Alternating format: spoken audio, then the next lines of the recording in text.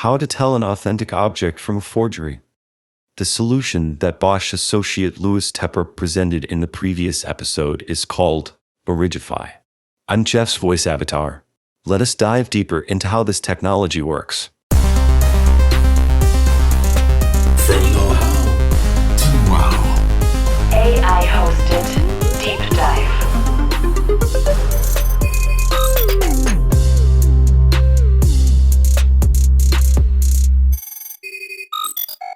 Origify can identify authentic products just by analyzing a very small section of their surface. A smartphone app can determine what's real and what's not within seconds, provided the item has been registered with Origify by the manufacturer. As Louis described in the last episode, registration can be integrated into the production line for high-volume products.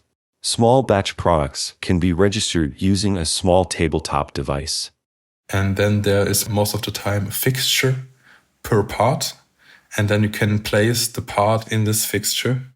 This custom-made fixture ensures that each item is positioned exactly the same way every time. This consistency means each registration photo shows the product in the same orientation, capturing the same area of the surface. There's more to capturing perfect pictures with the Origify device. On that it has a ring light inside. So that's important because we want to create an optimal boundary condition for the initial image.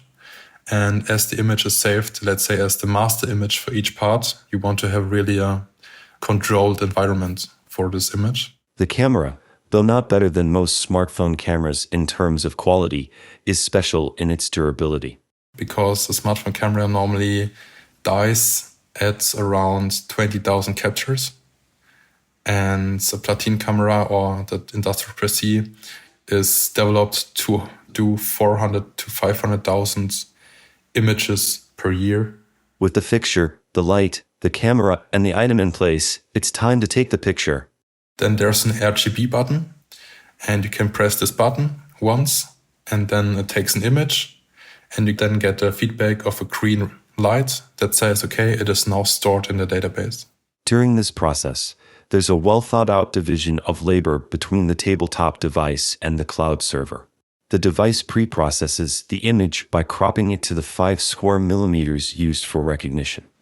So if the right spot is found, and the logo, for example, is aligned perfectly, then we crop out the region of interest, and only this cropped out image is sent to the cloud, and that's the pre-processed image.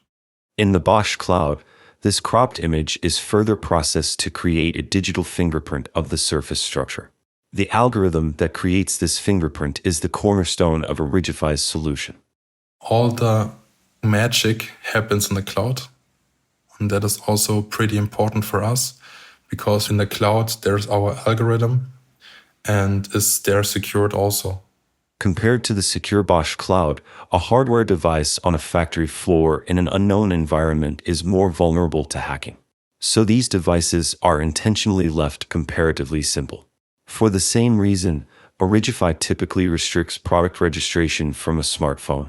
Normally we do not want to enable smartphones to register, because you can easily or more easier go into a smartphone than go into a desk device. Because it's a secured IoT device, and a smartphone is, let's say, everyone can maybe hack in a smartphone. But for some use cases, especially for paintings that are on a wall, we also currently enabling the smartphone and securing the smartphone, especially with a login, to register with the smartphone the painting on the wall, because otherwise you have to put the painting from the wall on the table under the desk device, and that's maybe a bit too complicated. That's why, especially for paintings and for museums, we are enabling the smartphone to register products. However, to check if a product is genuine, smartphones are the way to go, either using Origify's own app or through integration with the apps of client brands. A third option would be a custom-branded version of the white-label Origify app. The app automatically captures the best possible image of the product. Even if the 5 square millimeters used as the region of interest don't look perfect in the picture, identification still works. As a rule of thumb, The system can handle up to about 20% of the region of interest scratched or changed. If there's more wear and tear than that, there's an option for fallback regions. And if one region of interest is, for example, has a lot of scratches, then we just say, okay, that's not good. We take another region of interest, and if this region of interest is good enough and has no scratches, and we compare it to the region of interest found in the database, we can also say, okay, that's a 100% match found from the fingerprint. What makes this technology even more appealing to brands is the valuable data it provides.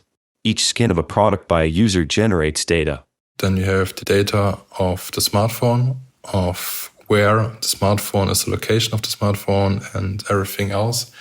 And you can also then clearly see, for example, when there's an area where a lot of fake products are scanned, you can see, okay, maybe there's a company producing fake watches in this area. And you can maybe also get in contact with the police and with the border control. And they could check then if the watch that crosses a border is a real one or a fake one. Brands can also use Origify to enable additional services. Lewis envisions a scenario where a customer scans a product that successfully authenticates as a pre-registered item. This could enable the activation of a warranty, for instance.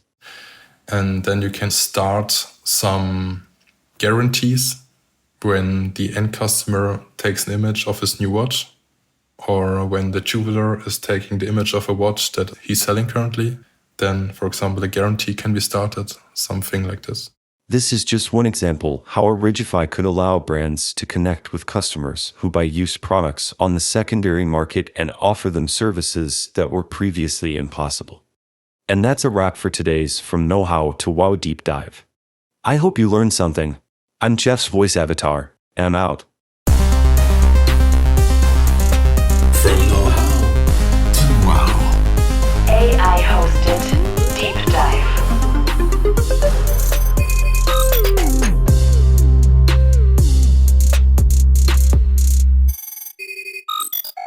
Don't miss the next episode. Melina and Shuko will discuss new approaches in software for electric vehicles. They'll also test drive some cars with new functions enabled by brand new vehicle motion management. Look out for it right here soon.